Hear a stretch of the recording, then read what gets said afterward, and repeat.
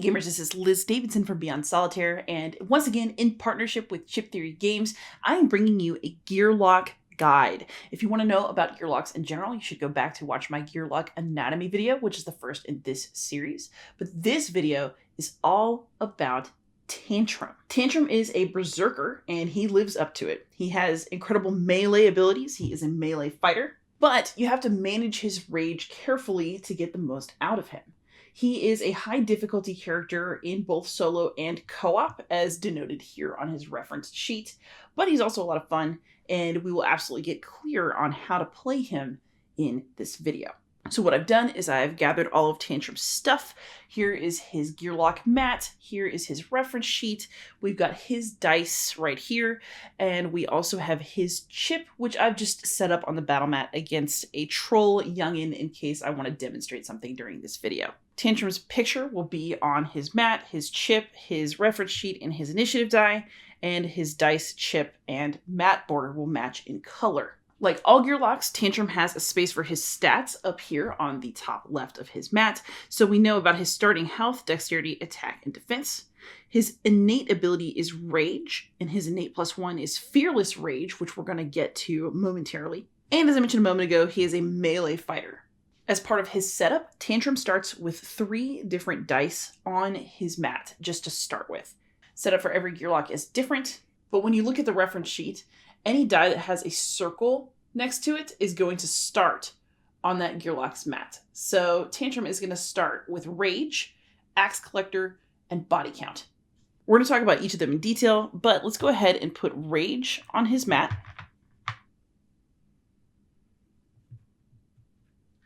And we will add Axe Collector at 0, because this is a counter. You never roll this die, it's a counter. So he's going to start with 0 axes.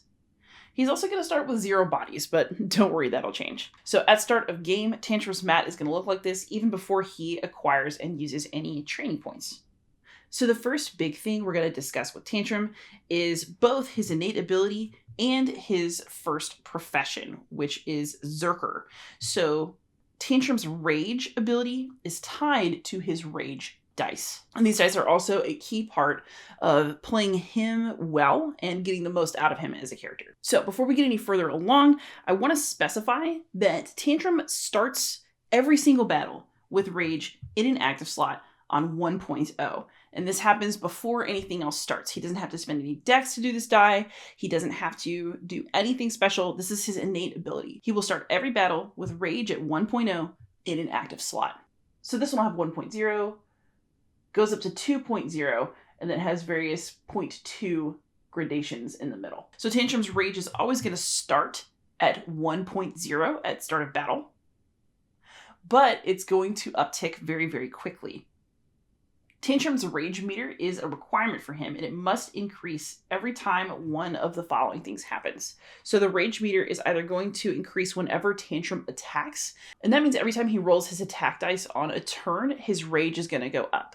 Whether or not he hits the baddie that he's trying to hit, the act of attacking will make him mad. So if he performs an attack on the troll youngin, so let's say that we're going to attack this troll youngin for 2, we're going to roll these dice, and his attack will cause his rage to go up by 1, so from 1.0 to 1.2, regardless of how successful it is. So if we rolled 2 bones, still goes up 1. If we rolled 2 successful attack damages, it would also still only go up 1. The other way to make Tantrum's rage go up is for him to take damage. So his rage meter up here is going to increase by 1 for every HP that he loses. So if the troll youngin attacks Tantrum, let's have a roll. In this case, Tantrum's rage meter is going to go up by 2 because he would lose 2 HP, and that would cause his rage to increase by that amount. However, if Tantrum has rolled a defense die, any damage that is soaked up by defense does not cause the rage meter to go up. And also, if Tantrum happens to have buff HP, which gets eaten through first before going to true HP, loss of buff HP also does not cause the rage die to go up. It has to be true HP off of Tantrum's chip. So Tantrum has a rage issue that's going to just increase throughout his battles. And what that can lead to is either great reward or a breakdown that sets you all the way back down at 0. So this is Tantrum's Rage 1 die. So basically the first level of his rage. There are multiple levels, which we're about to talk about. So you can see the rage meter. This would be 1.2. And you also see the bonus here on the right, which is a bone. All sides of the first rage die essentially allow you to add bones to your backup plan when you choose to use the die. So let's say that I was at 1.6 on my rage meter.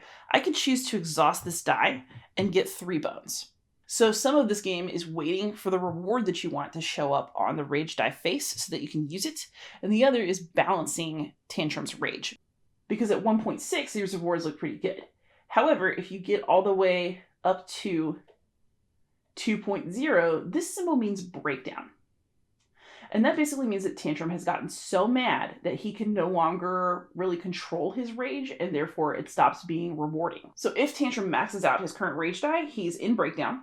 And while he's in breakdown, he can't execute any actions on his rage die, and he can't move it up to the next die, which is the next thing we're going to talk about.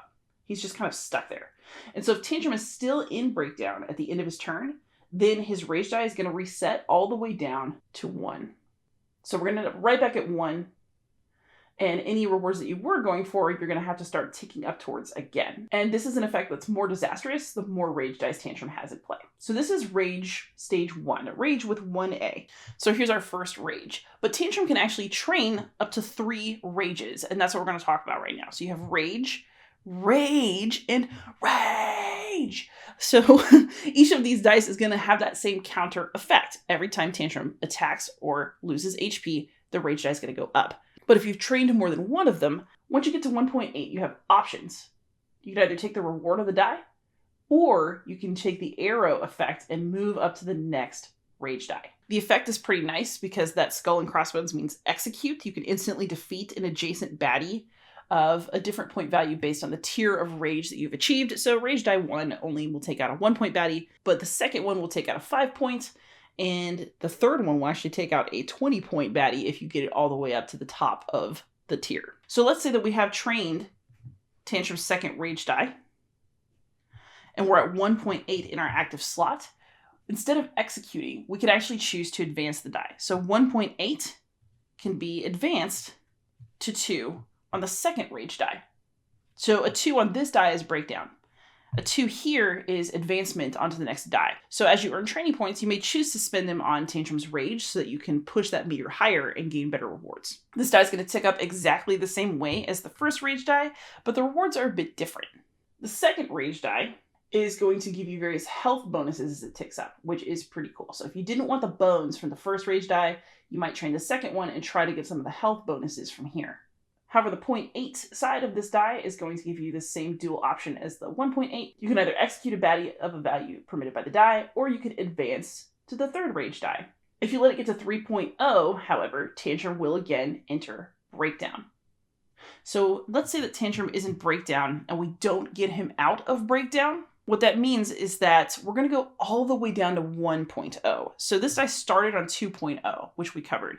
However, if Tantrum has a breakdown at the top of this die, he's actually going to go all the way back down to 1.0 on his first rage die if he has a breakdown and you don't cool him off. So you have to be aware of that as you go, because when Tantrum slips down to the bottom of his scale, he slips all the way down to the bottom.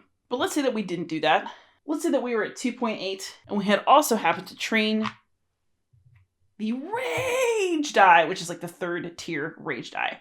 We could choose to advance this 2.8 up to this 3, which is not a breakdown, but in fact the start of a new die.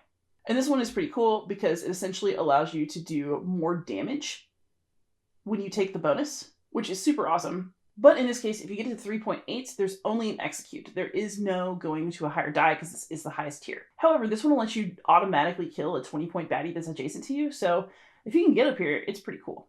However, same as before, if you get up to 4.0, you are in breakdown, buddy. And if you can't cool down before the start of your next turn, this one at breakdown will still tumble all the way down to 1.0 on the first die. So if you were hoping for one of those die 3 rewards, you're going to start all over again, which is pretty brutal. So managing Tantrum's rage is key.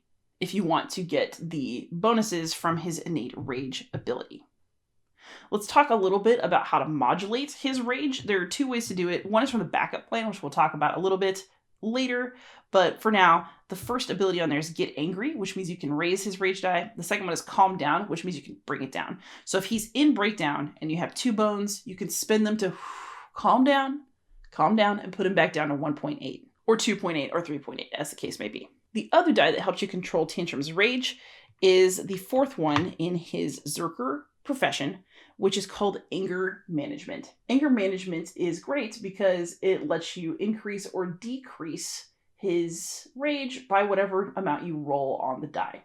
So if you've trained Anger Management and you don't have any prerequisites for it because there is a star on this space, so you're good to go, then Tantrum can roll this die to modulate his rage. It is an instant use, so you can't roll it and then be like, well, I'll just use this later when I get in a little bit of trouble with my rage. You have to use it immediately, but it's good for either helping him cool down, or if you get a value that lets you see benefit in raising his rage meter, you could do that too.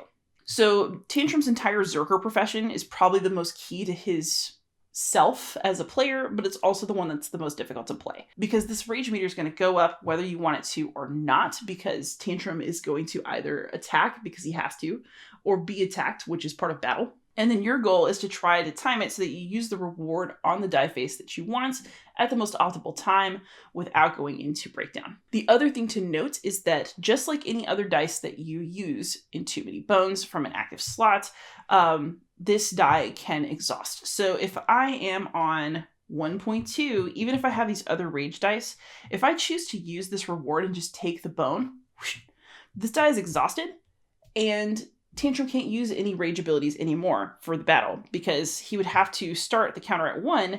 He can't just start on the second die. So once this die is exhausted, the higher tiered dice are unavailable for the duration of battle. However, let's say that I don't know, got my rage 3 die to 3.6 and I want to use it. I can then take these 2 extra damage as my bonus, exhaust this die, but I could start again on rage 1.0 because the 3rd tier is exhausted, but the 1st tier is not. So when possible, if you have multiple rage dice that you can use, you're going to want to exhaust the higher ones so that you can still get bonuses off of the lower ones. If you exhaust something in the 2 range, then you can do things on the 1 die, but you'll never be able to tick up to 3. So those are some things to keep in mind when you are dealing with Tantrum's rage meter. But in essence, it's always going up unless you make it go down. And if he maxes out one of his dice, he goes into Breakdown. And if you don't cool him down, you're going to go all the way back down to 1. Tantrum's innate +1 ability is Fearless Rage. So if you get 6 bones in your backup plan and you spend them all, then his innate ability does upgrade. And what's really nice about that is that Fearless Rage means that he does not break down. So you can hit the breakdown face on a die and you have to move that value down in order to advance dice or to get bonuses again, but he won't slide all the way back down to 0. So you can at least mitigate that somewhat once Tantrum has reached his innate +1 stage. So that's Zerker. And these other professions are actually a lot simpler, so it'll be a lot faster, you'll see. So his second profession is called Mimic. And this is actually a super cool profession. I highly recommend playing with these. They're super fun. So the first die in here is called Like a Wyrm. And Like a Wyrm will have one face that's an axe, and we're going to talk about axes momentarily. There'll be one face that's a bones because you can't win every time. But if you roll this face, what you get is poison armor. So just as worms are poisonous in this game, Tantrum can take on that ability so that an adjacent enemy who hits him gets a poison effect die, which is awesome. So the way this works is, let's say I have it in my active slot. Ooh, I got 2. Nice. So I can put this in an active slot. Realistically, it would be next to a rage die that's just somewhere because that's a Tantrum thing. But we would have this nice little poison armor effect. And what would happen is that if this troll youngin decides to attack me, he did hit me for 1, so I'd take an HP off. But because I have this die in my active slot, then I'm also going to put 2 poison on him. And there's a little reminder about poison effect on the back of Tantrum's reference sheet. But essentially what's going to happen is that the unit will take true damage equal to the effect die number at the start of its turn. And then every time you apply that damage, you reduce the effect die by 1. So at the start of the troll youngin's next turn, he would take 2 damage. The next turn he would take 1, and then the die would be removed. But poison damage is very high value in this game, so I would recommend going for it if you can. So after triggering this poison armor effect, 2 more things would happen. One is, don't forget that the troll had done 1 damage to Tantrum, so his rage die would go up by 0.2 or by 1 face to 1.4. But this is all theoretical. The other thing is that, unfortunately, this die would become exhausted. It doesn't just sit there for the duration of battle. Some Gearlocs have dice that do, but this is not one of them. So that is Like a Wyrm. Next we have Like a Wolf, which is also an excellent choice because this one is going to give Tantrum lashback. 1 face will be bones, 1 face will be an axe, but all the other ones are lashback abilities. And lashback is a great ability for a melee fighter because basically it means if someone adjacent to you hits you, then you hit them back for the amount of damage posted on that die. Let's say that we have rolled Like a Wolf and we got 2 lashback. That would mean that when we're hit by an adjacent baddie, we're going to deal 2 damage in return. So if this troll hits us, ooh, that was a hit for 3, that would have been a really rough one. Our rage die would go up from that, FYI, but we're not worrying about that right now. We're going to lash back at him for 2. Because that was the die in our active slot. Also, just as a reminder, since the rage die is here, this loss of 3 HP would cause the rage die to go up to 1.4, 1.6, 1.8. So I would know that Tantrum was near breakdown. I'd have to use this die and exhaust it or find a way to cool him down before doing anything else. Additionally, let's not forget that because this die was used, it's going to come off the board now and be exhausted. And then this one is one that I actually recommend you get fairly early in the game. That's Like a Kobold. The reason that you want Like a Kobold is that it gives you multiple turns of hardiness, and that is really, really useful for Tantrum. So again, there's always a side that's a bone, oops, there's always a side that's an axe, which we'll talk about momentarily, but all these other ones give you a certain number of turns where you are considered hardy. So these other dice just kind of go in your active slot and sit there. Hardy acts as a counter. So this is going to tell me how many turns I have the hardy ability. So if I've got it, I've only got it for 1 turn. But the thing that's nice about hardy is that it does reduce at the start of each turn. But that would mean that until we got to my next turn, I wouldn't take more than 1 damage on any attack. So what hardy does is it reduces all of your total damage to 1. So if this troll youngin hit me and he hit me really big, or well, okay, so he hit me for 2. If I've got hardy on, he actually only takes 1 damage off, which only pushes my rage die up 1. So for Tantrum, this is good, partially because he's melee, he's in the thick of it, and he can get really hurt. So having hardy is good because it reduces his odds of getting knocked out. But because it affects his rage die, it's also really important to manage it because Tantrum absolutely needs to control this die. And if you know that you're only going to take 1 damage, you know this die is only going to tick up by 1. So you have a lot more control with him when you are in the state of being hardy. So that is his Like a Kobold. So as you can see, his mimic profession is a bit simpler than the Zerker one, but now we're going to move on to his skirmisher profession, which gives him some cool tactical advantages when fighting. All right, so now we're going to talk about the skirmisher profession. And basically what this does is it lets Tantrum have different advantages in battle. And what's interesting about this profession is that it has 3 spots with no prerequisites, and then each of them opens up a different new skill. So pay attention because you need the prerequisite with the star before going to the spot that has an arrow pointing to it. So we're going to talk about this top row first and then the bottom row. So the first one is Intimidate. And this one's kind of interesting because it lets you mess with the initiative meter. So let's say that this troll youngin is actually ahead of me in initiative and he's at the top of the meter. So here's the troll's initiative die and here's me. What I can do with something like Intimidate is I can roll it. And if there are multiple enemies, this would actually bump him down more spots. But essentially after the round where I roll this die, when we're getting ready to start the next round, the troll is going to move down by 3 or by as many as possible in this case on the initiative meter. So he would bump down, I would bump up, and then I would get the first turn in the next round of battle. So what's great about this is you can either bump an enemy down by 3, by 7 if you get a monster roll in a huge battle, or there's also a couple of faces that are bones. So that's Intimidate. It lets you intimidate somebody right down the initiative track. The next die spot here is for Cripple, and that's this die. Some of the faces are, again, bones, but other faces let you permanently affect an enemy's attack stat for the duration of battle. So this one would cause an enemy to roll 1 fewer attack die for the entire battle. So being able to have a permanent damaging effect to an enemy is pretty great. And then here's our third one, which is Way of the Wild. And what Way of the Wild does is it allows you to put a disable effect die on any enemy that is the stated point value or lower. So 5-point value or less could be disabled by this die. Or you can end up with a bones face. So what does it mean to disable an enemy? That is fortunately on our reference sheet. And what the disable effect means is this unit's skills are suspended, lasts the entire battle. So if you are dealing with some skills for an enemy that you do not like, and you want to make sure that baddie can't do anything bad to you, this is a pretty nice effect to have. And again, it persists for the entire battle. And just as a reminder, each of these can only be used to impact an adjacent enemy. You can't do it to somebody who's several spaces away, but you can do it to somebody who's right by you in a battle. Then each of these is going to lead to another skill that is useful and pretty darn cool. So Intimidate, which lets you bump people down the initiative meter, opens the way to get Innervate. And Innervate is great because it lets you basically jump around the battle mat and also select multiple targets to use dice against. Sometimes it's just going to be bones because it's always a risk in this game. But then I get this little jumping symbol. And if I roll that, what it means is that Tantrum is able to place himself adjacent to any baddie, as in I can select a new target on the mat and jump over adjacent to them. So let's just say for the purposes of a quick demo that there's an ore here, I could intimidate this troll.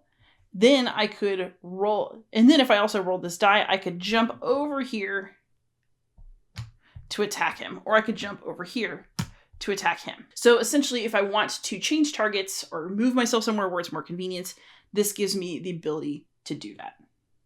So Innervate is a great die to have. Here we have Strengthen. This one lets you boost your own attack stat for the duration of battle. So once again, always a risk of bones, but hey, maybe your attack stat will go up. So this would essentially let me play as if my attack stat were 4 instead of 3, because 3 plus 1, 4. That would enable me to roll up to 4 attack dice. However, that's not as exciting as it sounds if you haven't been pumping up your dexterity, because it still costs dex to roll those dice. I would still need 4 dexterity to roll all 4 attack dice that I was entitled to by this die. So it's great because it increases your attack stat, but don't forget that using dice based on your stat costs dexterity. So make sure that you're calculating correctly what you can do on your turn. There is one special aspect of this die I want to talk about, which is that one of its faces not only gives you a boost in the number of attack dice you can use, but gives you 1 free attempt at training your attack skill to bring it up. So if you get this little blue icon on this die, then you get an immediate free attack training attempt. You don't have to use a training point for it. You can literally just roll your attack dice, hope you don't roll a bone, and see if your attack stat will go up by 1. So getting a free training attempt is potentially hugely valuable. So it's a really special thing when this side comes up. And here we have Way of the Ebon, the Ebon. We're going to go with Ebon. But this one lets me place a taunt die on myself. And that means that enemies will be attracted to me, but hey, that works because I like to go off on them anyway. You can get a bones, or you can place a taunt effect on yourself, which causes enemies to gravitate towards you. That might cause them to leave other, more vulnerable fighters alone. And the last thing we have to talk about are Tantrum's consumables, which are actually super cool. You've seen this axe a couple times, so let's talk about Axe Collector and what it does. Some of the die faces that Tantrum has allow him to gain an axe.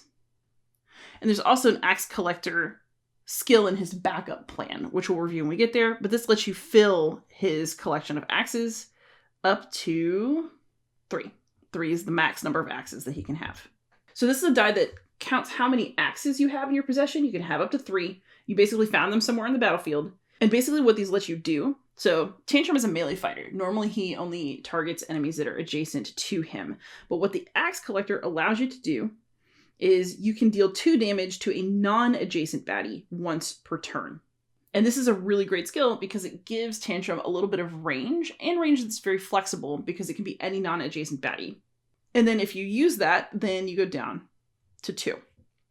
So Tantrum could not use it on this troll youngin, but if the troll youngin were over here, he absolutely could. But Axe Collector is nice because it gives Tantrum a little bit of extra flexibility and ability to do damage that doesn't come from his general melee fighting style. Here we have Horn of the Zerker. And this is basically a battle horn that Tantrum can blow for various positive effects. The first face on this die I want to talk about is reusable bones. So what, you may ask, are reusable bones? Generally speaking, when you put a skill die into your backup plan and then use the bones, that die will exhaust. So this is a skill die. If I had it here and then I decided to get angry, this die would be exhausted and it would not be available to me for the remainder of battle. However, because it's a reusable bone, if I decided to use it to get angry, I would be able to put it here back in the skill slot to use it again. So reusable bones get you a little bit more mileage out of the skill dice that have them. This one will push up the initiative of the entire party, so it inspires the whole party. All Gearlocs move to the top of the initiative meter at the end of the round. This one lets you disorient all baddies who are 5-point value or less, and that means that you put the stun effect on them and they miss their next turn, which is super useful. And essentially, there are no bad faces on this die because every single one of them is going to help you in one way or another. So Horn of the Zerker is a nice little consumable because it just gives you a flexible bonus when maybe you needed it the most. And then down here you have body count, which I confess I really enjoy. Tantrum loves to be responsible for dealing the killing blow to baddies. So every time he personally offs a baddie and delivers the final blow to that baddie, then this die counter is going to go up. So if he killed this troll youngin, his body count would go up to 1. And this just kind of hangs out and keeps going up as you kill baddies. And at an opportune moment, you can redeem this total, whatever it is, for HP at any point on your turn. So what's really cool about this is that because it's at any point on Tantrum's turn, if Tantrum has a poison or a bleed effect coming, he can actually use this at start of turn and basically use it to offset that effect, or he can use it later in the turn because he just decided that he needed to up his HP. There are a lot of moments where this is really going to play in a handy way. One thing to know, however, is that you can't ever go over your actual official HP stat, so don't get overzealous. His max is still 4 right now. So those are Tantrum's professions, his special abilities, his consumables. Let's talk about his backup plan really quick. We've mentioned it a few times because his backup plan really plays into everything else that he does. But his one bone backup plan is get angry, so you can increase his rage die by 0.2. So calm down lets you decrease it by 1 face. So I could take it from a 1.8 to a 1.6 and just, let's calm Tantrum down a little bit. 3 bones doesn't get you anything. But 4 gets you Axe Collector. It lets you set your Axe Collector die to value 3, which is awesome. And then 5 allows you to recoup, which means that you can heal Tantrum for 4 HP. So all of these are super useful for Tantrum, who's really in the thick of it. And then, of course, if you get to 6, then you get your innate +1, which means that he no longer tumbles all the way down to the bottom of his rage meter if he gets to a breakdown die face. So no more breakdowns. As usual, Chip Theory Games has offered a good beginner build strat to help you. So the first recommendation is that you get his HP up to 5 or 6 because, again, he's going to lose a lot of them. He's a melee fighter, and it's also kind of essential to increasing his rage. Then you need to get Tantrum's dex up a little bit so he can roll attack dice and skills. And then after that, the recommendation is that you focus on training attack. If you're playing solo, maybe you need a couple defense dice. But if you're playing multiplayer, maybe you want to live dangerously. And then with skills, the recommendation is to start with like a Kobold to help him stay in the fight for longer. And then add something like Cripple or Way of the Wild to help debuff his opponents. And then only once you have a feel for rage should you be trying to increase it. So you've got other options before you focus on the rage die and start manipulating it. There are other great things that Tantrum can do. However, once you can use rage to its greatest effect, Tantrum's a great time, if a little angry. So to sum it up, even though his fighting style is anything but, Tantrum can be a bit delicate to play because of his rage dice and because so many of his abilities require him to be in close quarters with baddies on the battle mat. However, he's a ton of fun and he can pull off some absolutely devastating attacks when you use him properly. I hope that you've enjoyed this and that soon you will be playing Tantrum in your upcoming games of Too Many Bones. Thanks so much for watching and happy gaming.